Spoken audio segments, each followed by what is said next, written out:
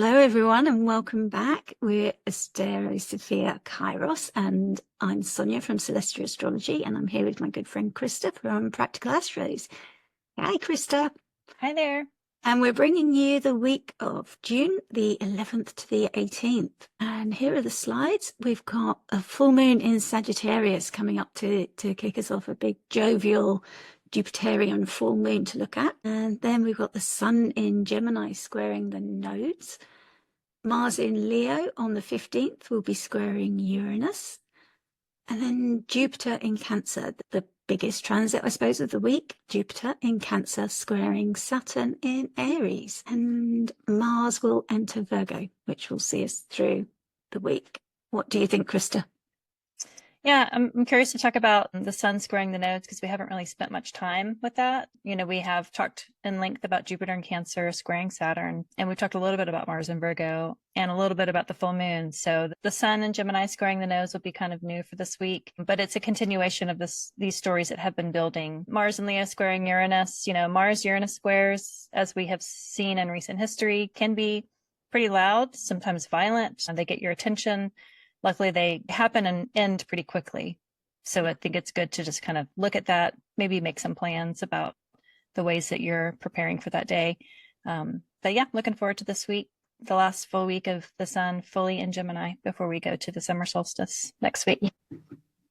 Yeah, enjoying the lighter evenings as we're recording later. Usually it's dark by this time recording, so it's just nice to still have the daylight to record as well as we get closer to the solstice.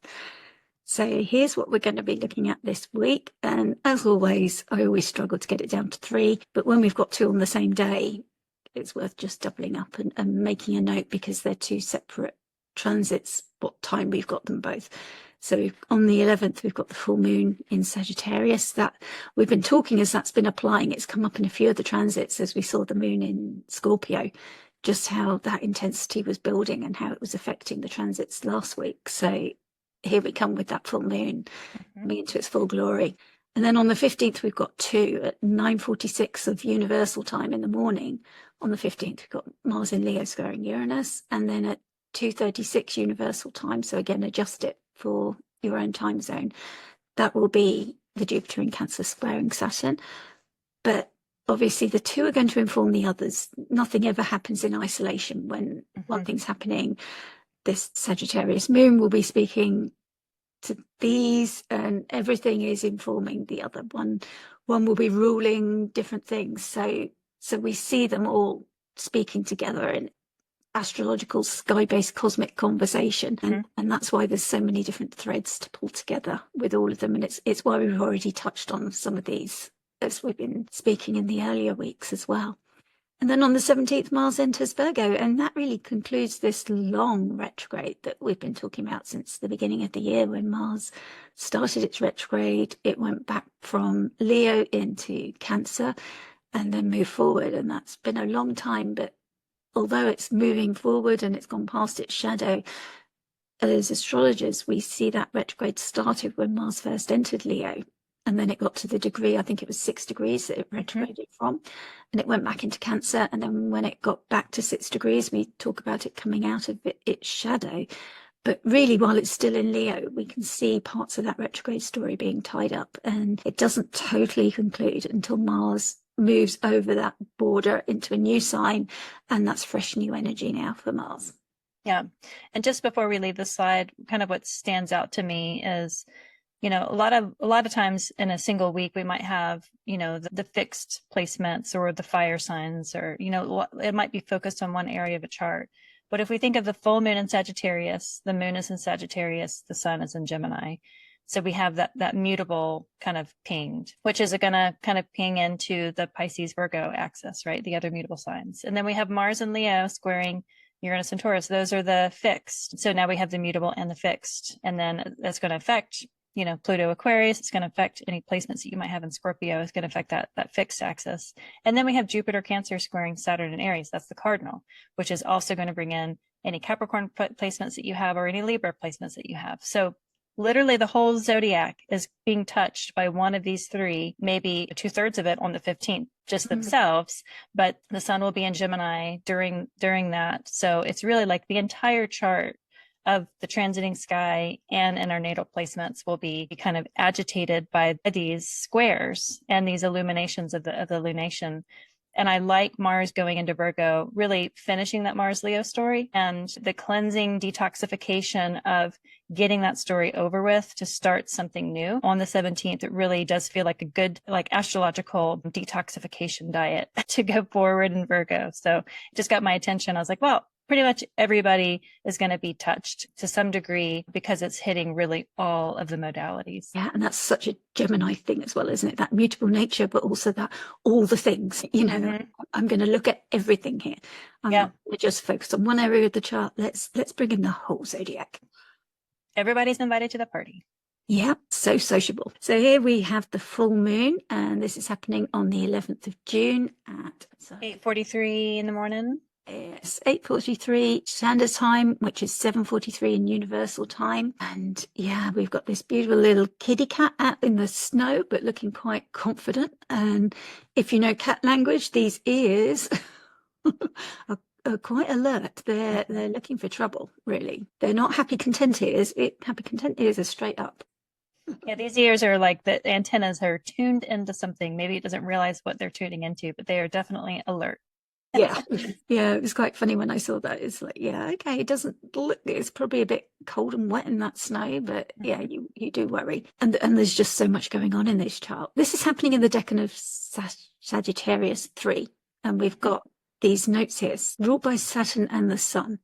And these aren't necessarily good bedfellows. The Sun is that life force that lights everything up, and Saturn we think of as cold and dark. It's the very edges of the universe. So already we've got these opposites, and Jupiter as well is that life force. Saturn is like the coldness of endings and decay and loss, and the Sun and Jupiter are life force planets. So you've got that dichotomy already happening. And we've got the keywords: weight of the world, determination, will, and endurance. That's very Saturnian, that resilience that comes from that determination and the weight of the world. I suppose you see that in the Sagittarian qualities of the quest that they can go on, but the weight that can carry. So the tarot card for this is the 10 of Wands, which is that person that it has all of their wands kind of bound together and their head buried as they walk forward. And there is like this inability to really carry it all. And it's that determination, that's Saturnian determination to get over that line, because it is the light, as the light is dying and then being reborn new in Capricorn 1 at the winter solstice. And so, you know, we're approaching the summer solstice, but the lunation is kind of the decan of the winter solstice. So it is that tension of, you know, summer, winter, which is kind of like the Sun and Saturn's tension. But you know, it's the Sun is in Gemini, and so the Sun is reaching that height. It's striving for that height, the highest point that it will be in the sky, in the northern hemisphere, and the symbolic height in astrology at that midpoint. So, yeah, all or nothing. I like the all or nothing. It's full moons are social events. They're social times. They're usually you can't sleep very well. You have a lot of chatter going on or a lot of things to do. And sometimes having the determination and the will to get it done, you want to do all the things. You want to pollinate all the flowers. You want to invite everybody to the party. So Sag moons, you know, are usually pretty fun anyway, but a Sag full moon has that little extra, little extra bit of extra. Yep, extra. Yeah, it's a shame it can't see Jupiter, but it does have sight of both those co-rulers of the decan. It has sight of the Sun that is opposite and trine to Saturn in Aries. So that's where its support is coming from, those decan rulers. So we always look for whether it's got that support there. And Austin Coppock calls this decan the horse's skull. Again, looking at that, the horse being that workhorse thing, and also that decay as well of holding that skull, you know, when you've got those bones that are the Saturnian thing that endures after an animal dies, I suppose. And Kira Raibo calls it resilience. And yeah, as Kira, as you've just said, we've got that 10 of Wands, that burden that you're carrying, but you're so close to being there. And what Nicola Allen, who designs these cards, says about this wildcat, you've almost made it. The end point is in sight, but in order to get there, you've just got to give everything that you've got left. Mind, body, and soul must now align to reach your goal. And you can either crumble under this pressure or use it to drive yourself forward. There's nothing in between. And be aware that with great hardship, it must be worth the end result. So ask yourself, do your goals justify the burdens that you're enduring and the sacrifices that you must make now? And it's the time to decide, you know, are you going to put things down, or are you going to see them over that finish line? And I'm seeing a grand cross here now with the nodes. So we've been talking about how the sun's coming closer to this node, but there's this cross now forming now that the moon's there. So the sun is moving into this square with the nodes, but with the moon now we've got this grand cross. So it's like this crossroads, and we spoke of that before as like a meeting with fate. It's like you can negotiate with fate at these points. Fate and fortune can be allied. The moon carries our fortune for us. So maybe there's an element where we can make decisions and change our fortune or change our fate in the decisions that we make. But there's a karmic element flowing forth from with the sun at what would be the karmic fated element that's flowing forth from the nodes would represent where the eclipses were. So what was coming in for you at the time of these eclipses that were in March and will come again in September, you're at the halfway point now between them. Yeah. That's what it's signifying. So some of these events that might be happening at this time are like the pivot point or the change point of the pathway that you're on and the pathway that the eclipses are guiding you onto. And it's kind of like a negotiation point, maybe, with where they're taking you, and maybe adjustments need to be made or decisions need to be made about that. And it's like negotiating with the fates about where you're going with that. And what burden you're carrying. And also the rulers of, you know, the sun and the moon here are basically still conjoined in Cancer within those first couple of degrees of Cancer. And they can see the North Node by trine, and they can see the South Node by sextile, by whole sign. And so while the sun and the moon cannot see their own rulers by aversion, the nodes can.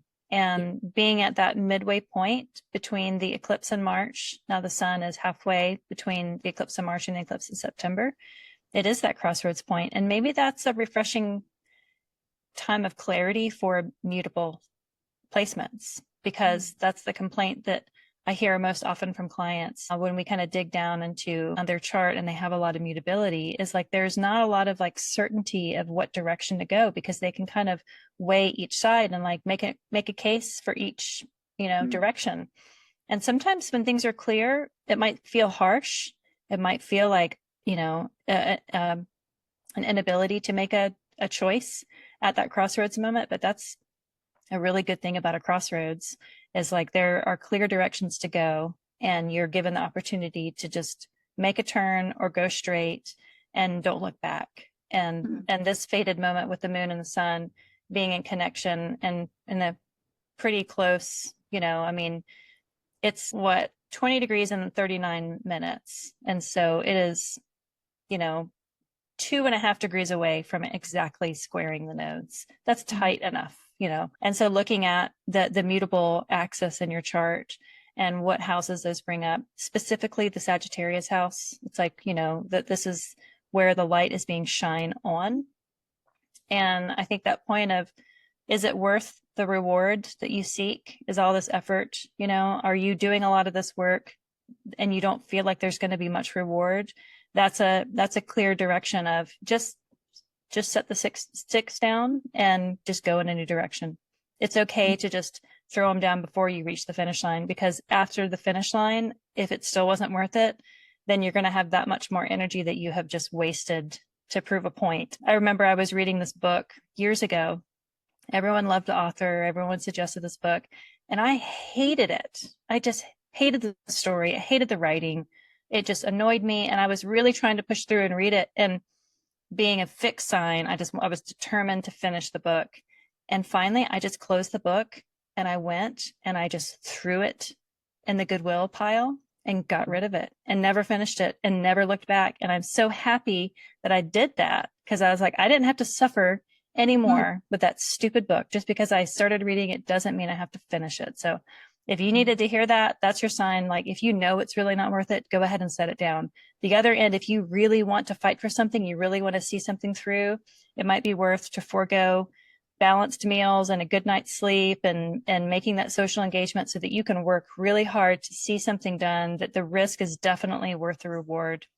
That's also a moment that the luminaries here in that pathway of the nodes is like, if you really want something, here's your chance to prove to yourself that you can do big things. Yeah, you kind of see clearly what sacrifices it's asking for and exactly what that goal means to you, how much it means and what you're being asked to sacrifice to get there. I remember that point as well when I realized that I didn't have to finish a book I wasn't enjoying. I don't remember what book it was, but it's like, yeah, you can actually just close it and put it down and not ever finish it. It's such a revelation for a fixed sign. I think mutable signs are doing this all along. I mean, granted, I have so many books that I have started and not finished that I want to, but it's different. It's almost like there was a spell cast on this stupid book. And I still see that author in bookstores and I'm like, nope. I'm not going to read anymore. And I have that like mention no names. Well, it's like, yeah, when I'm watching something, it's like, I really don't care about these characters and I don't care what happens to them. I'm actually going to switch this off because I've got better things to do. Yeah. Thank you for being poor writing so that I can go do something more productive with my day. Yeah. And it's like, but it takes me an effort and it takes me a minute to realize that I need to just switch this off. Yeah. I'm going to finish watching this and it's, But we can do this, people, and you mutable signs are really good at that. So that is your skill. So, yeah, but it may be that this is a difficult one because of the intensity of everything that's here, that it's something that's important to you, that you're being asked about, and it's something that's maybe karmic, and the decisions that you make may have heavier consequences either way, whether you decide to proceed or you decide not to. There's some heaviness there either way. But either way, your decision will be right, whether you do or you don't. Somebody said that to me one day. Whatever you decide, whether you do or you don't, you will be right. And that frees you up so much as well. Sometimes we give so much weight to our decisions and actually, you'll be right, whatever you do. Yep. And that's okay. And All right, what do we have next? The squares. That's a square dance. Yeah. Yeah, so we've got the official Saturn square Jupiter. So we have experienced this, after June 9th when Jupiter moved into Cancer. Look how fast Mercury is. I'm just shocked.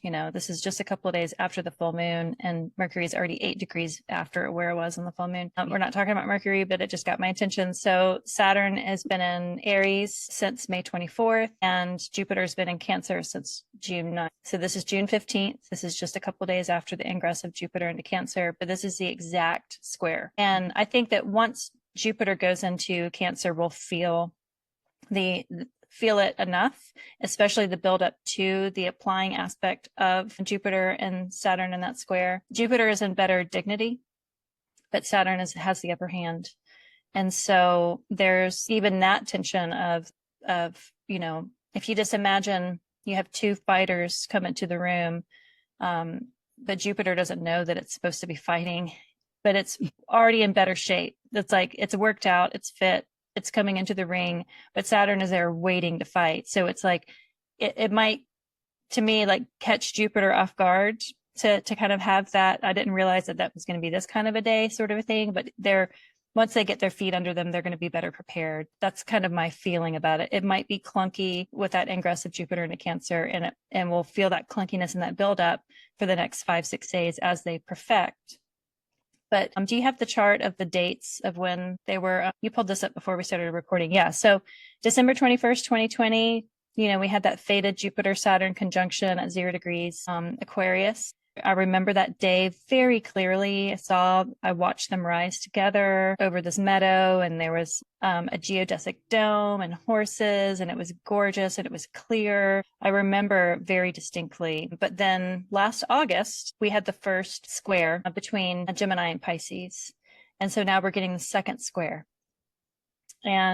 The third square, the final square. And so if we think of Saturn and Pisces and then Jupiter and Gemini doesn't have as much power as it does in Cancer. So it has that going for it. And Saturn has less power in Aries than it did in Pisces. So there, again, it's kind of a flipping on its head of what the condition of these planets are, but the square still exists. after this, we're going to move into a more supportive trine, and then we'll have the opposition in 2029, 2030, which, if you think about it, 2030 feels like a long way away, but that's 5 years ago, 5 years from now. 5 years ago was when that conjunction happened, and I remember it very clearly. So 5 years from now, it's probably going to happen a lot faster than we imagine, because 2020 wasn't that long ago. And so we're at that midway point of from the conjunction to the opposition. And this last square is really this shift, because it's in a tropical cardinal sign. It is that momentum shifting of something will now begin to change. And that change will hopefully then be more supportive once Jupiter goes into fire, and it will be trining Saturn and Aries. The fire signs trine each other. So yeah, what do you think of this third and final square? Yeah, we were looking up like what had happened on these dates, and like just a shout out to the Astro Weekly update, because on the first square, that's when we started that month, that August date. So that's quite a challenging date for us to have started under that square. But yeah, it was the Leo month that we launched under. But yeah, I mean, nobody's ever going to look at a December 2020 date and not think of COVID and airborne diseases. And we look at Aquarius, and that's what we think of. And for me, I've just remembered that when I was tracking these squares, I think I was looking at announcements of things like monkeypox and other viral diseases. And I remember seeing, although we've just looked up like what events were happening, and that didn't make the highlights of the news, but it's just come back to me that there were firsts about viral diseases happening. So I remember that monkeypox did come to the UK around that August and December dates. There were new developments around that disease spreading. So it wouldn't surprise me if viral or airborne diseases are in the news again around this June date. Well, I wonder, because, and I just, before recording, I just looked at the exact day. I didn't look at like the days prior or the week prior. And a lot of times that build up usually get a bit more of a context. But, Jupiter was in an air sign. And so I wonder with Jupiter in a water sign, if it will also be like transmitted through, like a disease transmitted through fluid, through water. Maybe. Or what? Blood, maybe. Yeah, some sort of fluid. Yeah, blood. Yeah, because that Saturn square can just bring hardship, Yeah. And did you want to talk about the other thing that you found about the Democrats? Yeah. So on that day, it was August day was a Democratic convention last year when they were nominating, their candidate, and there was lots of hope that, that candidate would succeed, and she didn't. And just that tension of, of leadership and communication, and Jupiter just as like a planet of the people, and, a lot of just the themes of Jupiter kind of shifting from that Gemini all talk to then maybe Cancer of like true blood or like real cooperation, taking the lessons that we learned from just theorizing with Jupiter Gemini into something that's a bit more embodied in Jupiter Cancer. But we were also saying, like, when something happens on this opening square, because you've got such a long cycle, like you can see the halfway cycle is 2030, so it's going to be 2040 around then before we see the close of this story, that there's a good chance that this story is only just starting, that the Democrats nominated a woman, and not only that, a mixed race woman as well. That was really symbolic and inspiring to a lot of people sort of around the globe as well. Yeah. Not only in America. It was really significant to many people. The hope, I mean, I know we had Barack Obama, but still it was a man. But to have a woman of mixed race was really, really significant, and the potential that she could have held. And maybe that story is just beginning, because it's an opening square, and maybe in 2030, the full moon of the Jupiter-Saturn relationship, something more will come to light about that. And then at the closing of that square, we'll see a falling away of that story and a closing of that story before it turns into a new story at the next conjunction. So it's a longer arc of a story, and it may well not be over. Well, yeah, just looking at it just from American politics in August 2026, when they trine each other, This is going to be the midterm elections, and then 2027 will be the beginning of the presidential campaign, because in America, we love to campaign for a lot longer. I know in the UK, it's like 6 weeks, a glorious little short amount of time, but we milk it out because there's so much money involved in politics. And so there's so many grifters that come in and try to just make as much money. But so our political campaigns are extended. And so in 2026 is midterms, 2027 is the beginning of the presidential campaign. So yeah, it's going to be more of an aligned, fiery, empowered Jupiter, Saturn together in those fire signs. I'm really curious about that April 3rd. That square is going to be retrograde. So it's a return. It's kind of going back to fix something. And then that fully empowered July 2027 at 27 degrees. Which is pretty close to this full moon that's happening at 23 Sag, the other fire sign. You know, there's, I think that you can look at these dates just within your own life and find where these signs are and what houses they are, and just your own. But since we're talking about politics, you know, just looking at it through that lens, I feel like we're going to see some sort of shift. It's kind of an anomalous story because we only have this one square between Jupiter Cancer to Saturn Aries. You know, we had 2 with Gemini, of course, very mutable. They both went retrograde. Saturn went retrograde on the first one and Jupiter retrograde on the second, but now they're direct. But then we'll have 3 of the fires to really support whatever change begins to shift with this square. And I think that in itself is like, a square is not easy. It's the nature of Mars. It's confronting something to be overcome. And so what are we confronting within the Aries Cancer houses individually and then collectively? Because if we can face it with bravery and protection and wanting the security and long-term change, long-term shifting with that Saturn, I feel like then it can then become supportive for us through the fire aspects, because the trine is the nature of Jupiter. Like Jupiter loves to trine things. Yeah. Okay. So then we've just got Mars into Virgo, ending that retrograde story. So it's another good time. We've had a few punctuation points where we could reflect on what our Mars retrograde story might have been. So this is on the 17th of June at 9:35 British Standard Time. So that's 8:35 in Universal Time. So again, you'd need to adjust it. It may well be the day before if you're more than 8 hours, 7 hours behind Universal Time. But we see that ingress into Virgo, and it's co-present with the South Node. So again, a bit more karmic and opposite the moon that's co-present with the North Node. I like this is happening on Mars Day. Like even West Coast, this will be like 1:30 in the morning. So, you know, on Mars's day, we have Mars going into like a fresh new sign. Yeah, I'm a fan. I'm a fan of Mars and Virgo, having Mars Virgo natally. So it's not all that bad. No, and for the ingress, it's going into Mercury's temple. It's grounded. It's a place of service as well. Virgo likes the details and how can it serve? And it's mutable. It's earth. I mean, mutable. We all sometimes talk about double-bodied as well, you know, having two-natured. It's receptive and slower. So again, Mars has to slow down a bit here. He's had a lot of experience of that in watery Cancer. And now he finds his ruler is in watery Cancer. So he's still having an experience and maybe some memories coming through from that watery Cancer place of, oh yeah, I remember that. Spent a lot of time there.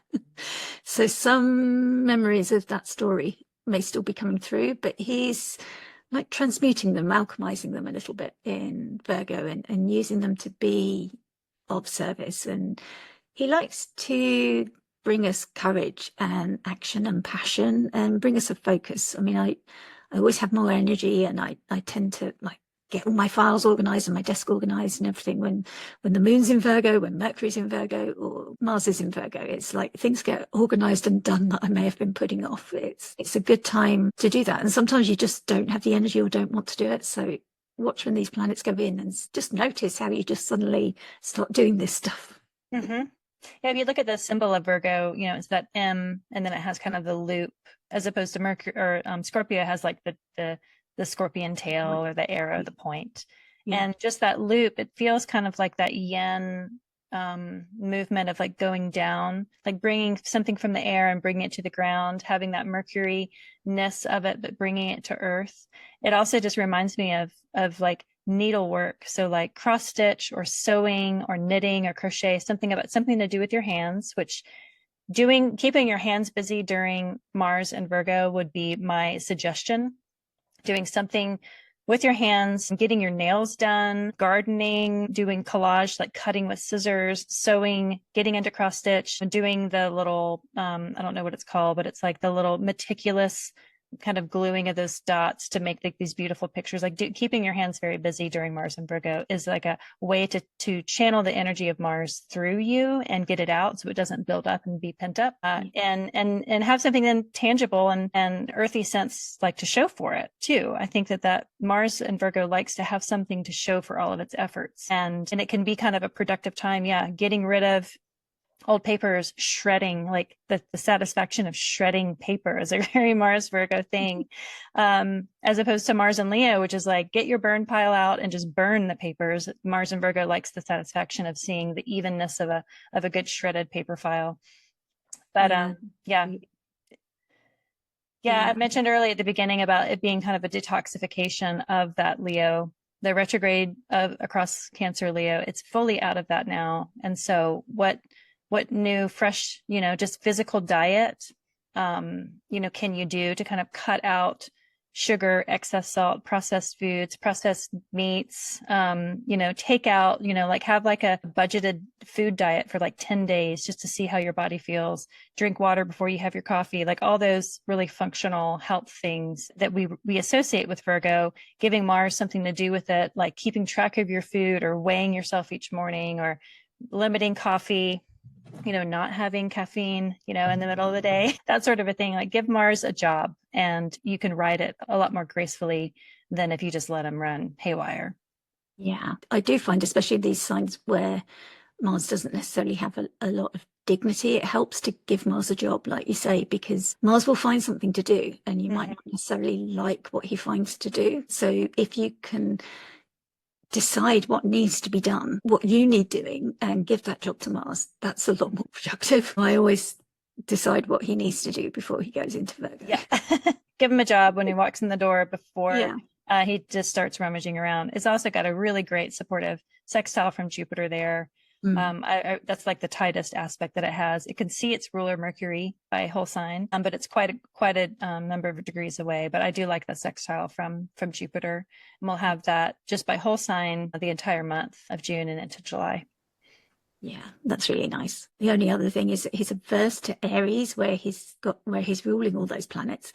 So that leaves these planets a little bit unsupervised, which will be interesting. That Saturn, especially because although that Saturn-Jupiter square has happened, once Mars can't see Saturn, it leaves that Saturn unsupervised. So we've got Saturn and Neptune up to their own devices. They do have Antisha with each other, but it's not going to be until Mars is much later in the sign before they share Antisha. It'll have it first with Chiron, if you want to count that. Yeah, for the most part, Saturn and Neptune are kind of on their own, especially after, the sun can see Aries. The sun is the exaltation ruler of Aries, but it will pretty soon square them. So like maybe the sun won't be that much of a help. But yeah, Mars will have Antisha probably closer to July before it changes into Libra. We end the week. To me, it was square dance. Like that's kind of kept what going on. It's like swing your partner round and round. That's brilliant. So yeah, should we just leave that as square dance? Or crossroads, because crossroads are, you have four squares, and when you have four squares together, you have a crossroads in between. So the squares bring us to the crossroads moment, and maybe that's what it is like just having those moments of fate where we have to choose. Yeah. And they can be tough, but they're very helpful in retrospect. Yeah. And it helps us to be forewarned about this and just to start leaning into that and be aware of that when events start happening or thoughts start arriving, and knowing that that's what's going on as well. You know what? We didn't talk about Mars Uranus square, did we? Oh. Can we go back? Yes. Because in the beginning, we were like, we'll warn you. We went right to the Saturn square Jupiter. Yeah. Well, here's the chart. So Mars at the anaretic degree in Leo and squaring Uranus and Taurus. Uranus will move into Gemini and then go back in. But this square we've seen the square just, in mundane events as being moments of violent attack and really coming out of nowhere. And so just on that day, on Sunday, the 15th, we have the Jupiter Saturn square, and then we have this Uranus Leo square. So just that whole day it's a loud day in astrology. It's also the middle of the month of June. June has 30 days, the Ides of June. This is like a crossroads again of the month. And both of these squares happening simultaneously. I think that we might look back and see the Jupiter Saturn as having more longevity as far as like the shifts that happen to us. But the Uranus Mars might just feel louder. It might be hard to dissect one from the other. Maybe they will be related. Quite often, because this is a fixed sign, the fixed signs like to sustain, so it can be something that has a longer story. Wow, that event, whereas the Jupiter Saturn square is cardinal, so it can be fast or initiating, but then it can change, or it can be multiple things, whereas the fixed can tend to be, where are they? There and there. Although it's sudden with Uranus, it's sudden or unexpected, or it can be insights as well. But with Mars, it's more likely to be like a violent event, or maybe a natural disaster or something like that. With Uranus being in Earth, it makes you think of like landslides or volcanoes even erupting or something like that. And then earthquake. Yeah, earthquakes, things that then play out over a long time, take a long time to clear up, and stay in the news for a long time as well, which is sad to talk about, especially ahead of time. Yeah, because the sun is in the crossroads too of the nodes. This day is Father's Day in the States, at least. And so like all the themes of father and solar figures and leadership, all of that really being challenged. The sun square the nodes, Mars square Uranus, Jupiter square Saturn. We think of the masculine planets, those are kind of it. Yes. Maybe not Uranus, but the sun, Jupiter, Mars, Saturn, those are all, they have like a masculine tint to them. Venus and the moon are kind of they're in their own square, but not for too long, because the moon moves so quickly. And Venus is past the square with Pluto, but it really does feel like a disruption of solar energy. I mean, if we just looked at the sun in the path of the nodes, but the disruption, the action, the quickness of a Mars square Uranus might be like the shinier, louder, more obvious one. And yeah.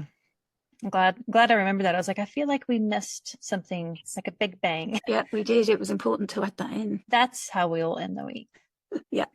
Okay. So we've got the crossroads, and maybe there's a cross emoji or a road emoji. I'll have to look. I'll put the emoji in the notes and see what we can find. Okay. Thank you so much for joining us. And I should remember to say, if you enjoy this, please do remember to like, subscribe, and comment if you've enjoyed this with the emoji. And we'll be back. I'm Sonia from Celestia Astrology, and with me is Christa from Practical Astros. And we'll be back looking at the 18th to the 25th of June next week. So thank you so much. Bye. Bye. Yeah.